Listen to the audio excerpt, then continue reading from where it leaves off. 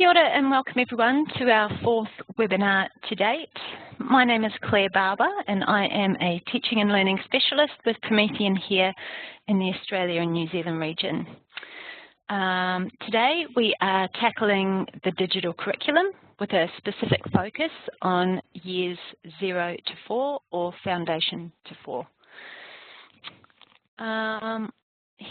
Here is our agenda today. Now it may look quite brief, but as usual, I've had great difficulty in culling down the amount of ideas and examples I want to throw at you in order to fit into a reasonable time frame. In particular, I know that the digital curriculum is a very hot topic and I had literally thousands of ideas. So what I've decided to do is to record this webinar in 2 parts so that I can include more examples for people. All right, so today I'm going to be quite obviously and frequently referencing the Australian digital technologies curriculum, but I want to take a moment to reassure our New Zealand teachers that all the ideas and examples shown here today are just as relevant to the New Zealand curriculum. To put everyone on the same page, in very simplistic terms, in New Zealand, the technology components or skills or strands sit holistically within the subject areas, as it used to be with the Australian curriculum. However, Australia has now created a separate curriculum, and as I said before, there's quite a buzz about it over here. So today, I am going to be trying to directly link the ideas I'm showing to this new digital technologies curriculum for our Aussie participants. And Kiwi participants, you may just relax and absorb the ideas, knowing that they also fit in beautifully with your key learning areas and key competencies too. Now, as I mentioned earlier, I did have trouble narrowing down the ideas that I wanted to include today.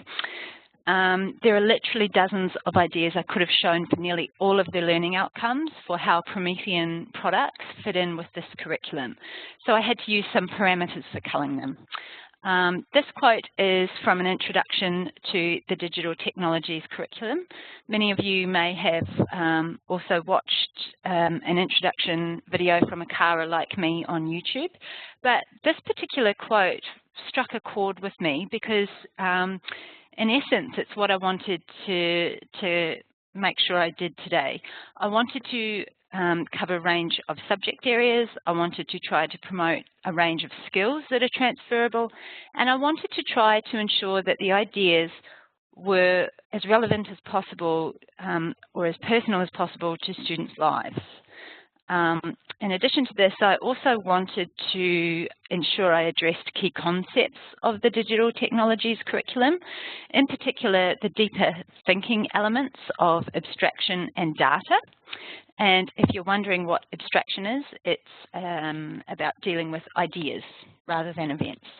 And of course, the Akara people tell us over here, these little bullet points, that this curriculum is holistic and collaborative and is about communication and creativity. So of course, I've tried to embrace these elements also in the examples I've picked to share with you today. Now, digital technologies curriculum is a little bit of a mouthful to say at high speed, so we'll be referring to it as the DTC from now on. I'm sorry to use an acronym, but it's just a lot easier. All right, so before we get into the nitty-gritty, I also feel I need to touch on something else. This is what I call the incidentals, the things that are so obvious that I nearly missed mentioning them. I nearly left them out. Let me pull up some learning objectives or learning outcomes from the DTC here to help me explain. All right, so if we're reading the, let's grab my highlighter, if we're reading the learning outcome here, all right, recognize and explore digital systems, hardware and software components for a purpose. And things like playing with, exploring, recognizing and using hardware and software. All right. Let's get rid of that one. That was foundation to year 2. Here's years 3 and 4.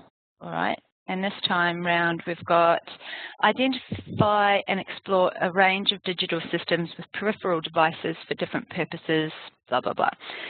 Look at this first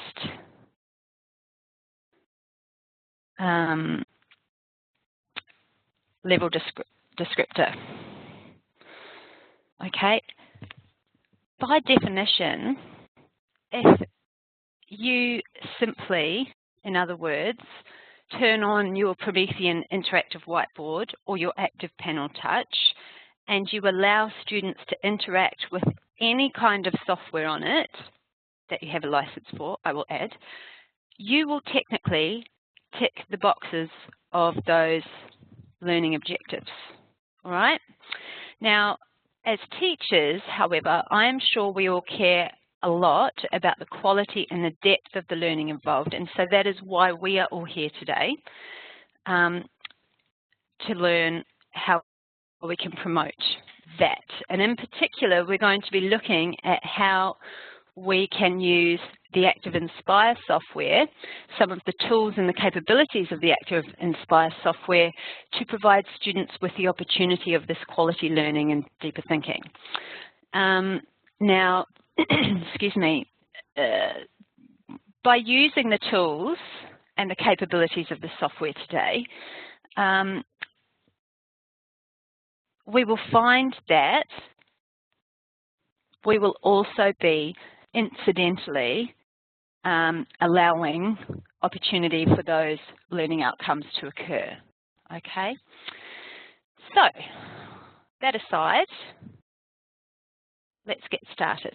Okay, I am kicking us off today with some graphing ideas, mainly so that I can show you all right from the beginning that yes, everything we are doing is actually transferable. So here we have our LO from the digital curriculum for foundation or year 0 to year 2.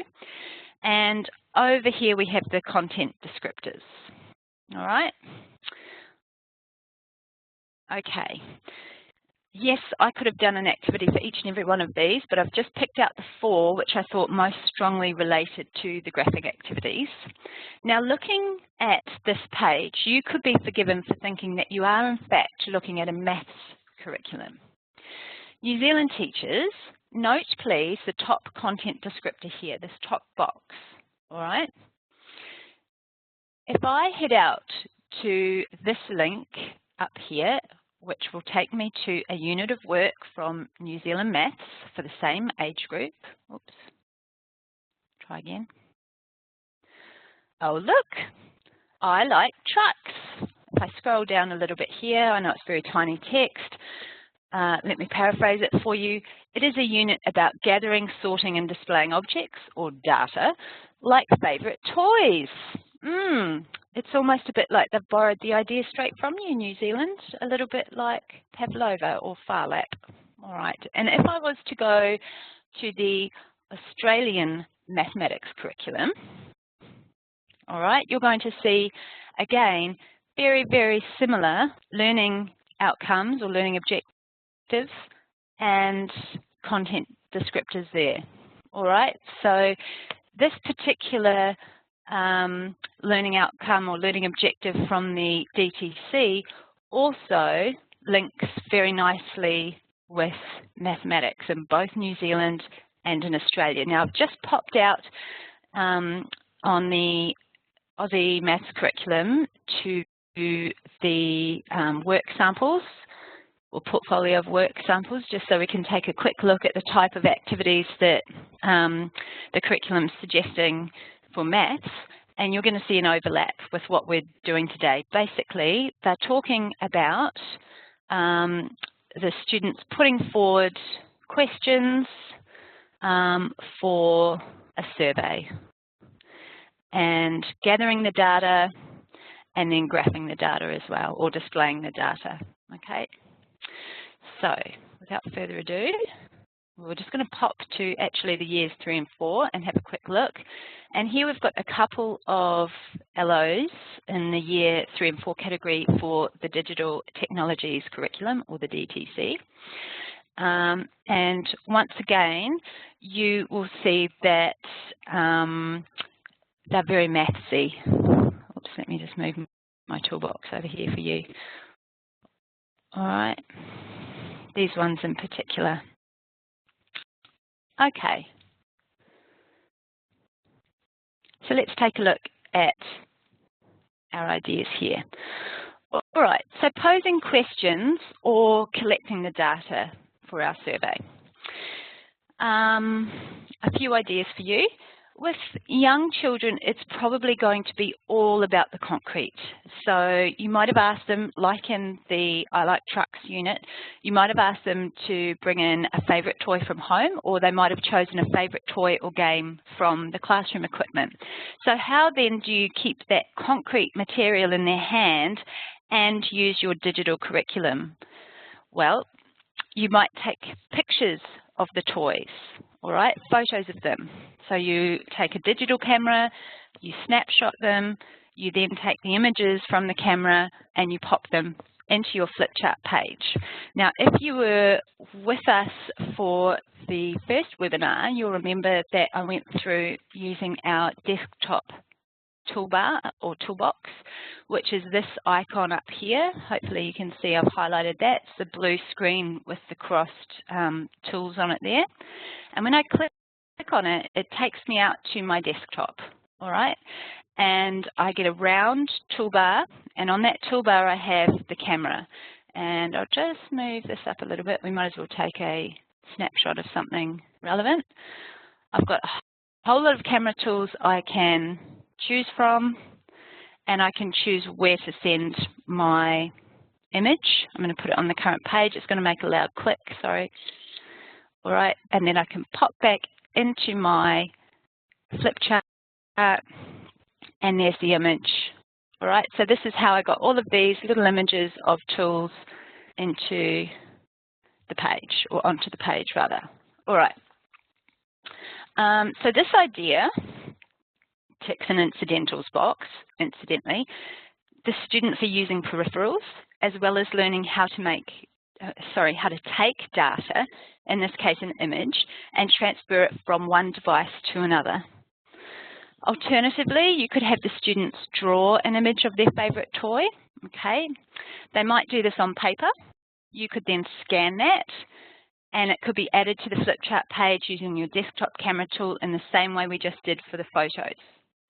That might sound like a lot of double handling or hassle, but again, think about the process the kids are going through, taking data or information in one form, i.e. a drawing, and transferring that to another form using digital technologies. There's a lot of incidental learning going on there.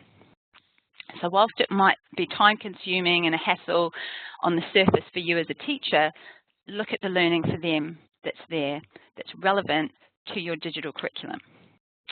Another option for drawing the toy would be to have the students draw it straight into the flip chart page with a pen tool, okay, which is what I did here. This is a lovely soccer ball. The obvious drawback here would be time or class management issues. If you have an active panel touch or an active board touch interactive whiteboard, then you will have 10 points of touch with the pen tool in ActivInspire. So potentially, if they could all fit around the board or the panel, 10 students could be drawing at the same time. So then time wouldn't necessarily be such an issue for you. Moving along, sound bites. Now, in your software, I'm going into my toolbox. I like to use my toolbox on my toolbar here. You can also find your tools in your main menu here. And of course, because these tabs across the top are the same as your main menu tools, tabs rather, you also have tools available to you up here. So tools, more tools, there is a sound recorder. Now, in order to be able to record the sound, you either need your computer or your laptop to have an inbuilt microphone, or you would need to plug in an external microphone. Make sure your microphone settings are turned on and not muted as well if you're having trouble with hearing sounds. It's very easy to use the sound recorder. You simply press the red button to start. You talk, hello, hello, hello, hello. I'll just quickly move this. And you push stop, and it places the soundbite on the page there for you. Let's turn that down before we don't need to hear all of that. Okay, so you've got a great tool there.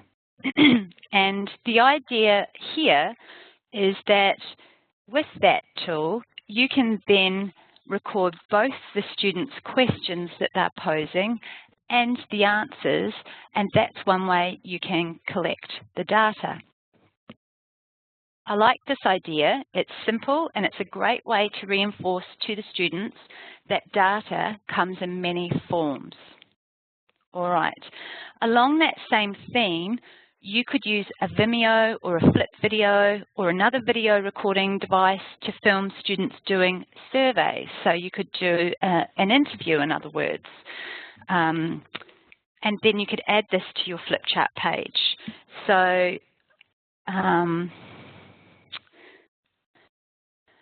to add a video to your flip chart page, you would go to your main menu, Insert, Link to File, go out to your desktop and find your video. And I do apologise, I don't have any on this particular computer, but when you find one, you click on it and you say Open. You've got a range of options for how you would like that video to appear on your screen. You could have it as a line of text. You could have it as an image icon, so there'll be a little image like this of a movie file or something. I like the placeholder, which is where you can see here what it is. And of course, because it's a video, you're able to use the camera tool to take photos off the live or the playing video if you wish. So I'll just play this and show you what I mean. Okay, now you may have noticed that I have cheated because I didn't have a video on my device. What I actually did was I went to YouTube and found a video of students interviewing each other just so I could have something to put in this place. Now, this is perhaps not relevant to what we're doing, but I'm going to go off on a tiny tangent and tell you how to embed an HTML link. So if you have a video from YouTube that you want to place into your flip chart page like this, you need to go underneath the video on YouTube to the share button or the share option. When you click on that, you will have an option for embed. If you look underneath there, there will be an embed code, and you need to highlight all of that if it's not already highlighted. You need to copy that code, and then you follow a similar process. You come to your main menu in Inspire, you click on Insert, Link, and at the bottom, Embedded HTML. Okay, then you would paste your code, your embed code from YouTube here. There's one important step. Now, YouTube changed their coding, and somewhere in that coding there will be the HTTPS colon / colon maybe. Take the S out of that, HTTPS, take the S off, all right? If you do not, what will happen is this box here will stay white. Okay, the frame that the video plays in just stays white and there's nothing in there to play. As soon as you take that S out, your problems are all solved. All right, it was just a slight change in coding. And you can change the size of the screen that it plays in. I have simply shrunk that down to fit how I wanted it to fit on the screen there. All right, back from the tangent. We're going to move on. All right, so here I have taken photos of the students' toys, and we've now taken them off the digital camera. We've used the desktop camera tool there to snapshot the photos into Inspire. And some of you might be thinking, well, why wouldn't I just drag them straight off my camera? The reason is that they are very large files often, and there's only so many that you can fit in there before your flip chart page has too much information on it and your flip chart will crash. So by taking a photo of the photo, it makes a very small file so that you can stack up potentially thousands of little images on your page and you're not going to crash any software, all right? So the idea here is a very, very simple one. All right, the students are going to sort the data or collate their data. They're going to put it into groups, okay? So unfortunately, I haven't muddled up these images at all. Perhaps it's fortunate for me, it's going to be a bit quicker.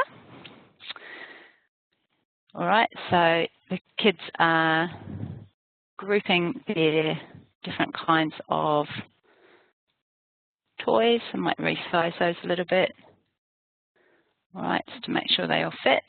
And of course, if we want to make that clearer, very simply we can take the pen tool and make it very obvious that those toys belong to the same category. Okay, whoops, went off the page there. Apologise, my mouse skills are not the best. All right, so it's a nice, easy and collaborative task. Not everything has to be rocket science, and remember, the children are being encouraged to explore the technologies. Simply moving that stuff around the page, resizing it to fit if it's too big or small, there's skills in there that they're learning, not to mention the fact that you've taken the images off the camera and you've transferred them onto your computer and use the desktop camera tool. And yes, I would be using the desktop camera tool with the students. It would be a pointless exercise in many regards if it was you doing all this preparation before the lesson. Okay. Now, on this page, I've got the same toys here, as you can see, and they're just shrunk a little bit. Now, I got these onto this page by copying them off this page. So let me just reset this page. Okay, so while they're all bunched up nicely together, I can select them all. I could then on my keyboard use Control C or Command C if you're on a Mac, or I could right click on these, or I could use my Cheats right click, which is this here, and I can choose copy. I can then go into this page, I can right click, and I can say paste, and all of those will pop on there. So there is a skill that they will know from other software, Word or Paint or something like that, and an easily transferable skill. Perhaps they haven't met that skill before, you've taught them here, now they can transfer that to another software. The other way you've got of taking these images, or anything in fact, from one page of a flip chart to another is by using your page browser. Just scroll down a little bit here, and I highlight, or select rather, the things I want to copy, and I drag them across to the page I want to copy them to. So you can see my cursor has changed as I've dragged it over the image of that page, and you can see now on this page of my flip chart, those images have been placed. Okay, so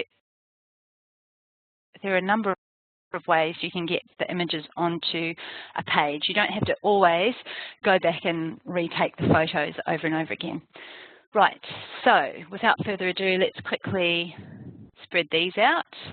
All right, I am in fact going to pause the recording while I do this, so I'm not wasting any of your time. Okay, so you can see by dragging those images now into the relevant line of this table here, I have an instant pictograph. Now what I have forgotten to mention is that this table I drew using my shape tool here. So I simply chose shape. I chose the rectangle shape tool to get an outside box for the table. I chose the X at the top here so that it was a hollow shape. I did not want a solid colour behind the shape. And I chose blue here. I will now choose red so that you can see what I mean. And then I simply clicked and dragged, and until I drop that box, I can keep resizing it wherever I would like. I then used the horizontal and the vertical lines to finish making the table in blue that you see there, and then I just added some text to the page here. Now, because I'm trying to keep things nice and quick for us today, I pre-prepared this table. If this was me with a class of students or a group of students, I would be co-constructing this with them. Scaffolding for them, how we set up a table, scaffolding for them, how we find the right tools to help us draw that table, and so on. Okay, because once again, there's a lot of very incidental skills and cross-curricular skills. I mean, that leads straight into maths. We need to draw tables and so forth in our maths books. It's crossover skills that the kids are learning there. Okay. All right, so one final thing I wanted to mention on this page was potentially I could then lead into tally charts. And I might do that by using my pen tool. And because I'm a bit of a stickler for making things look nice, I'm going to make my pen tool draw exactly straight lines. So I'm going to also click on the pen modifier. Now I had to have clicked pen first. You can also make your highlighter do this, by the way. And I'm going to choose a vertical line here. And I will use a black. All right. So now, no matter where I'm moving my pen, as you can see, it's just going to draw a lovely straight line. Okay. And that is just me with my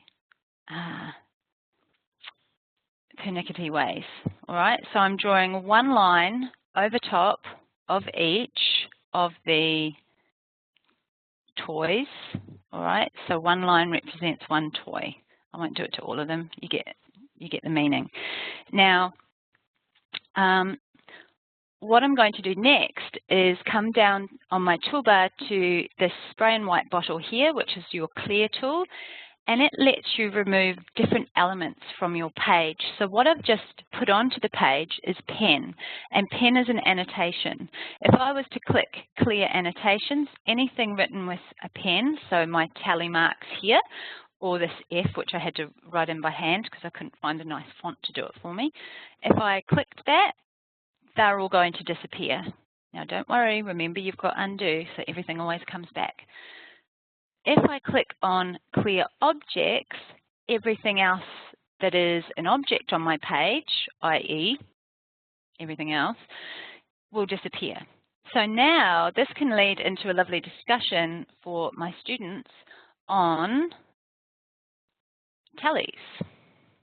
And we can say that, you know, when we have big long lines of tallies like this, it's a bit hard to count, especially when they're tightly packed together. So what we're going to do is group them in fives. So it leads nicely into that. I'll just spin this fellow like so. And there we go. Whoops. Let's move him in. Okay, but you get the general idea anyway. I just thought it was a nice way to take that concrete of the toy still, represent it with a tally line, and then we can look at constructing a tally chart from that the next time. Okay, actually going to undo these to there, just in case I want to take a picture of that graph later. Okay.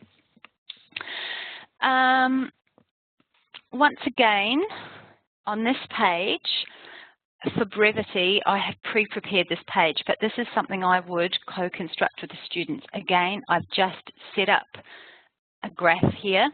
To get the grid on the back of the page, all I did was right-click on my page. I went to Grid Designer. I ticked Visible up in that box. I didn't panic about how complicated and messy this looks. I just used my plus and minus signs to make the squares bigger or smaller as I wanted them. And if you want to change the color, absolutely no problem. Okay. Now, it's no accident that all of these images fit pretty much one square. Okay. This time round, I've taken images that the students have drawn themselves. I've scanned them. We've used the camera tool to get them in, and we've shrunk them down so that they fit here. And just in case it's a little bit hard to tell what some of our drawings are, I've also added a little bit of text for us here today. I'll just move that up there for now. Okay, now obviously we can just use the pen tool to finish off our graph here. And of course we would add a title and label the axes and so forth, which I'm going to skip, but is absolutely essential. And then what I'm going to do is, for each image, I will set drag a copy. So to set drag a copy, I'm going to right-click on that image or click on the image and use your Cheats right-hand click here. And the reason I always show people this is sometimes when you're at the board, you may find it tricky to right-click with the pen on the board. Or if you are using one of the touch boards or touch panels, it might take you a little while to get used to how to right-click. So there's two ways you can right-click. You can hold your finger down on the image and a square or a circle will spin around or appear, and then you remove your finger and you get the right-hand click menu like this show up. Or you can tap two fingers spaced widely apart. So I tend to place my thumb on the object in question and tap my forefinger somewhere else on the panel or the board, and that gets me my right-hand click. But it can take a little bit of getting used to initially, so I like to show people the right-click menu is in that toolbar, and I just have to tap on that to get it, all right? And drag a copy is on that list. There it is, all right? And now you'll notice that my cursor has changed to have a hand with a plus, and that means that I'll be able to drag up endless number of that shape. Now, if you're a smartboard user, that's clone on drag for you in your terminology. Okay, now I don't want to have to do this individually because I'm all about making things quick. So I'm going to select all of these objects here and add drag a copy. Then I have to make sure I deselect, otherwise we end up with everyone getting dragged up. All right, now I think there was about 6 or 7 trucks, but all right. Okay, 2 Legos. And I can't remember how many dolls, I'm sorry, but I'm going to put 3, just for argument's sake. All right, so the next step from here could be turning this, once more a pictograph, into a bar graph. Yep. So I can do that in a number of ways. Probably the way I would be most likely to tackle it myself would be to go into my Shapes tool once again, go and choose my rectangle. This time I'm going to choose a color, so I'll choose yellow. This means that the shape will be filled yellow, and I'm going to choose black over on this color palette because that means it will have a black outline. All right, and then I'm going to go over to my graph, and I'm going to start at this corner, and I'm going to click and drag and cover up my pictures with that bar. Then I'll choose a different color, and I'll cover up those 3 pictures with a bar. And then I'll choose a different color, whoops, and so on. Okay, now you might choose, instead of covering the pictures over, you might choose to have hollow rectangle, like I chose to draw my table with, and that way you can see through to those pictures, so that might be a more scaffolded approach for you, or for your students, I should say. Okay, so it's really your preference of how you would want to address that. Alrighty. Now obviously, you don't need to have those images there. You don't need to set drag a copy to drag them up to build a pictograph before you put the bar graphs over. It's just throwing you out ideas for how you might progress towards a bar graph. If your students are already pretty good at or have experienced graphs before, then you might simply start straight away by, you know, reading along and across, along and up, and drawing your bars straight onto the page. Okay, you don't, just suggested ideas for you. All right, on the next page, exactly the same idea here, but this time I'm using the sound bites that the students had recorded. So they stated what their favourite toys were, and we recorded them. So, all right, so they're stacking up their sound bites here to create those bars of the graph, just a different twist on the same kind of idea. All right, now I've got 2 ideas for the next stage of things, which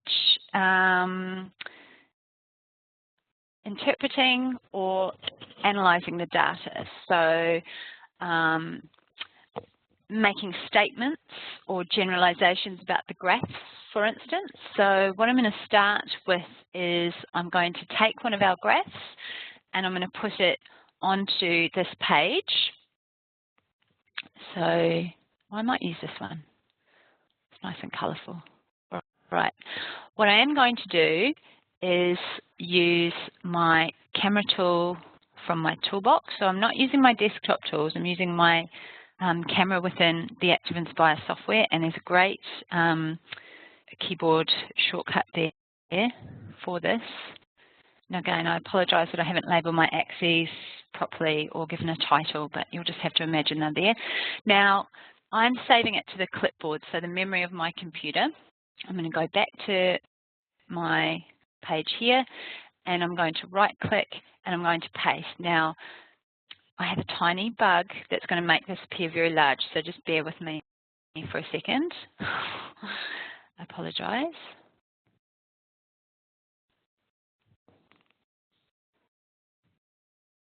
Okay, so there's my graph, and I'm going to pop that on the page because this is the graph that the students are going to be interpreting or analysing.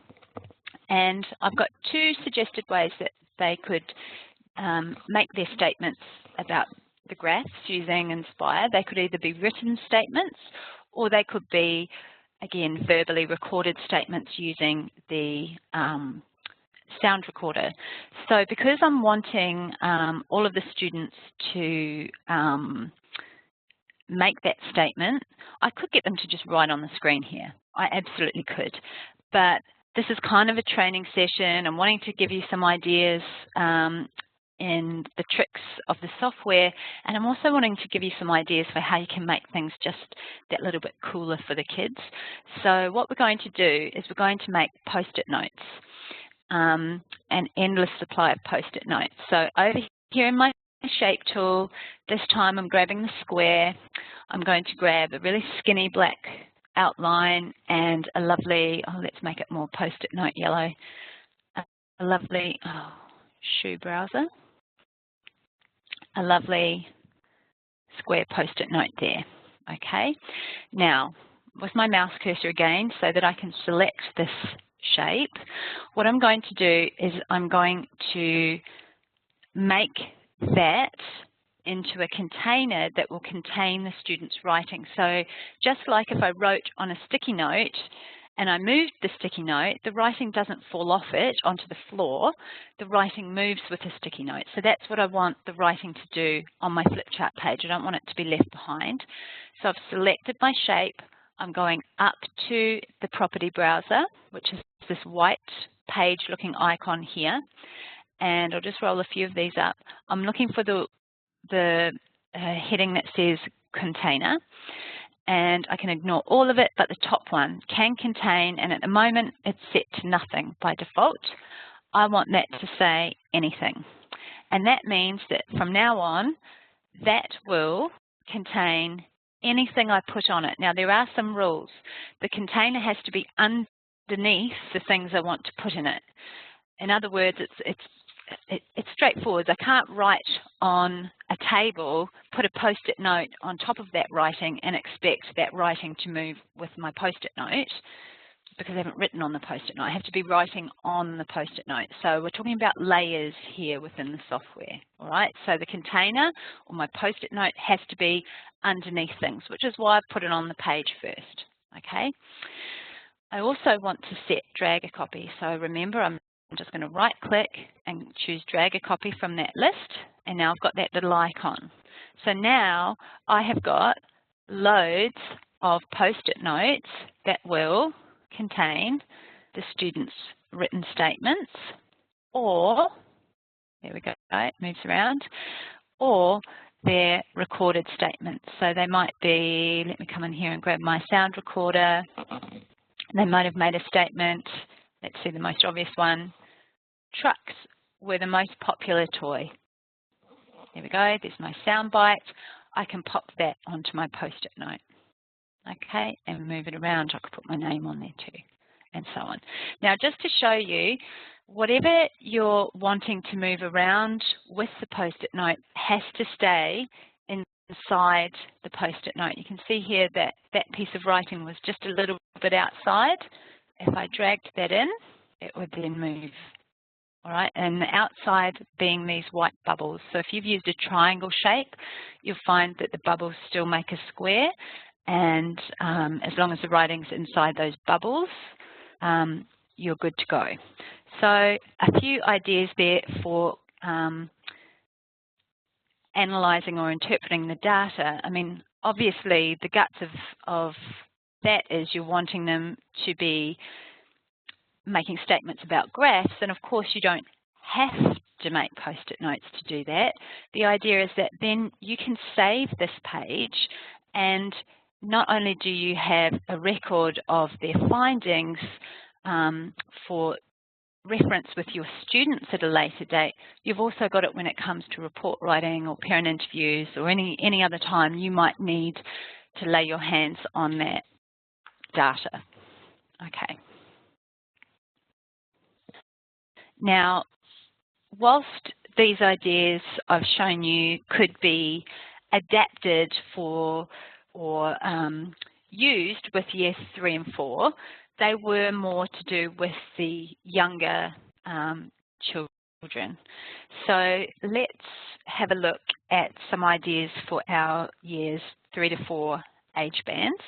Okay, one of the digital technology curriculum learning objectives suggests that students find data sets on the internet. So posing questions and collecting data. I've given you a few web links here. Now remember, you get this flip chart. There'll be a link to this flip chart sent, I think, with the thank you emails. And if not, you should be able to find it. It is on Promethean Planet. You can see the name of my flip chart is here. Digital Technologies Curriculum Year 0 to 4 is what that stands for. But the title I've called the resource is the title of our webinar. I always try and keep things nice and simple. All right, so if we click on any of these, they'll open to a website. So Census for Schools, by the way, is Australia and New Zealand have their own site. This particular one is the Bureau of Meteorology. One of the content descriptors gave weather as an example, collecting data on weather. So here would be a great website to go to. It is a little bit grown up looking almost. So Bureau of Statistics, I was a little bit more pleased that they had a more educational focused area of their website so that you can go to, and there are some great games and apps, incidentally, by the way, on statistics, and there some interactive games. So on this page, that's what that side is, and this side is where we're getting into the fun stuff. Okay, so Learner Response Systems, or LRS, as they're abbreviated to, and the ClassFlow plugin. Now, a lot of schools across Australia and New Zealand have sets of our ActiVotes, usually these ones, okay, and Active Expressions, again, usually these ones. These are our more modern ones. I know we do have these in Australia, I think some in New Zealand. I'm not sure if we've ever had this version of votes in this part of the world. They work exactly the same. They've just put the colours on for the pre-readers to identify instead of using the letters. So what are learner response systems? Well, they're little handheld devices that allow the teacher to poll the students or ask the students questions, and the students can select an option or type in an answer on the little keypads, and the data is gathered and collated on the spot, and we're going to have a look at this very shortly. I will run a webinar later in the year on learner response systems, so if you do have some floating around your school and you're thinking after this, oh, that might be quite good, I'll dig those out and have a go at using them, fantastic. Watch this space for another webinar on getting up and running with things like that. Before we go into the examples on the learner response devices, we also have evolved a software called ClassFlow, which is a cloud-based software. And once again, I'm not going into ClassFlow today. We're focusing just on ActivInspire today, but from probably term 3, beginning of term 3 onwards, keep a watch out for webinars on ClassFlow because they'll be coming thick and fast, I think. All right, but in the interim, what we do have in ActivInspire is a ClassFlow Connect button up the top. You might have seen that before and wondered what that's all about. What it is, it allows you to use tablet devices like iPads or Samsung Galaxies or whatever it is that you've got, and you can connect those devices to your ActivInspire flipchart lesson, and you can then use the devices just like you would use your Active Expressions or your ActiVotes to poll the students. Actually, only like the Active Expressions to poll the students. So we'll have a look at that now. I'm going to click on my ClassFlow Connect button. It will open me a box where I need to sign in to ClassFlow.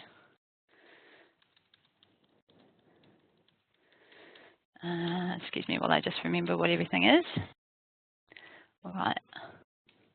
Okay, so you do need to be a member of ClassFlow, but if you notice in that left-hand box while I was typing, it's free to join ClassFlow. It's free to sign up to ClassFlow. It's free to use ClassFlow. It's a very exciting software, which I'm not going to go into today. but it's well worth a little investigation if you haven't already. Okay, so now that I'm signed in, I have a class code. So on my iPad, which I have handy, I'm going to go to this website in the browser. When we first got ClassFlow, we had apps for the different types of tablets, so your Windows tablets, your Android tablets, or your Apple tablets, your iPads, but it was a bit of a nightmare to keep up with the App Store updates, so we scrapped it, and we found it works better for the students to just use a web browser. So again, whilst I'm talking about tablets here, in theory, if you've got classroom computers or the kids have got laptops, they can be using those as well, okay, as long as they've got a web browser and it's an up-to-date web browser. Now, I've gone to the website, I put in my class code Q6WH4, and I say join class. Now watch up here. Very soon, oh, I've got to put my name in, apologies. Okay, very soon, I will get a little green 1 appear in this box. There it is. One student is connected, and in my registration panel here, I can see that that student is Claire. Okay, done. If I were to pop over to my voting browser now, I can see my students here listed.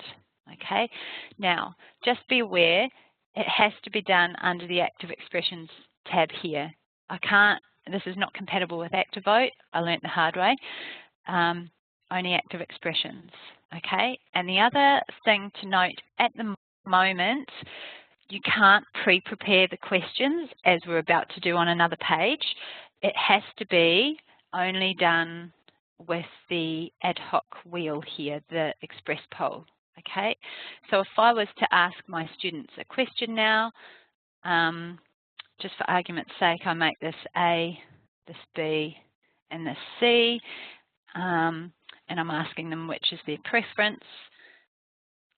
I will go to multi-choice question, A to C, they can only pick one, and I didn't click hard enough. Oh yes, I did. Okay. I'm just going to pin this out. When Claire has answered, on her screen, she gets a snapshot of the page and then the options to choose. She's choosing B and she submits it. When she's submitted her answer, her name's ticked off here and the data comes straight onto the page here. All right, we're going to go into questioning and polling a little bit on the next page. But I wanted to show you this because if you've got a set of iPads in your classroom, you can make use of the polling function in Inspire. You no longer just couldn't do it with this, with the learner response systems. All right, so on this page I already have a preset question, and I can tell that because I have a green triangle play button here that's lit up. On other pages, it's not lit up, all right?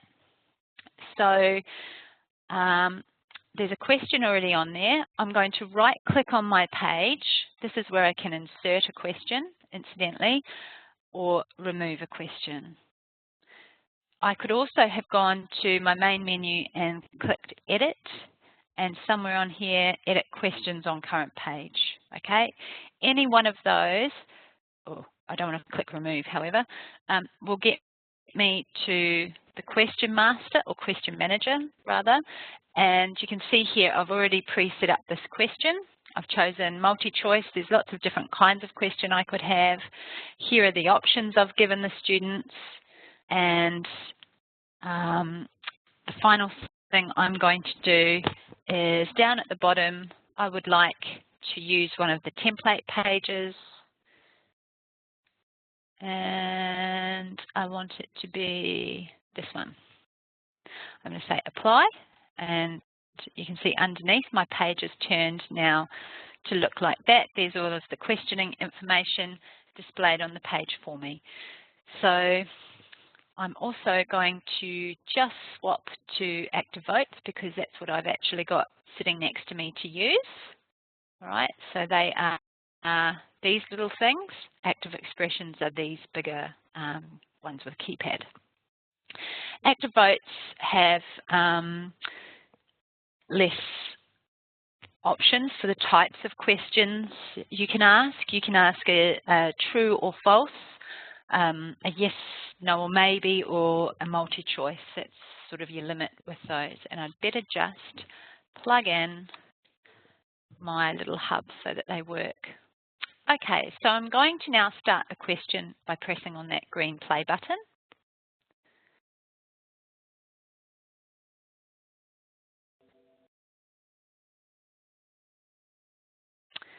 Let me try that one more time.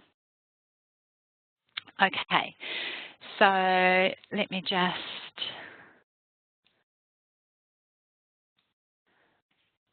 okay, you saw that the kids' names were highlighting up in yellow as they answered, and here are their results instantly on the page. Now, they come up by default in the last graph that you used, or horizontal bar graph is the original default, I believe. But you can have any number of different graphs. Yeah. And what's more, you can also paste those graphs onto the page. So I'm going to, oops, paste those. I'm also going to shrink them both a little bit. Oops. Oh, it's a bit odd. Must have been selecting a box behind it so that I can see them side by side. And you saw that at just a click of a button, I had the two different kinds of graphs, so I can ask the students to be analysing the data in the different graphs. Okay, same data represented in different ways. In addition to this, what I can do is I have the results browser. So I've come into my browser, I'm in my voting browser, which is this last icon here, and I've got the results browser here. I can export these results to Excel. Now what I'm going to do is just reset my page to how I had it initially, because I've got a pre-prepared flip chart here. So the students have actually answered all of these questions. Now, provided I save the flip chart that the students have done the voting on, I have access to those results, which you'll see demonstrated here. So I opened a flip chart I'd saved previously, and I can bring up those results. I just click on the questions or the pages, the questions there, and I can view any of the results done in the last lesson, for example. And if I choose Export to Excel, oops, you can tell I've done a pre-run of this, then it exports that data to Excel. What a fantastic way to bring in another type of software into the lesson so easily. I didn't have to input any of this data by typing it. It's all done at the touch of that one Export to Excel button. And down the bottom, the tabs, we've got the overall summary. We can look at the results by question. We can look at the results by student. And there is a question page there at the end with the question and the options that they were given. So there's a lot of scope there for covering off both mathematics and the digital technology curriculum learning outcomes. And so everyone, that brings the first half of our examples to a close. So hopefully in there was something that struck a chord. As usual, if you have any questions or would like help with anything, please don't hesitate to give us a call. There are, drop us a line. There are our email addresses, and we're more than happy to give you a call and talk about anything you might need. Okay, keep a watch out for the second recording, which is where we'll be looking at the digital curriculum examples for art and writing. Bye, everyone.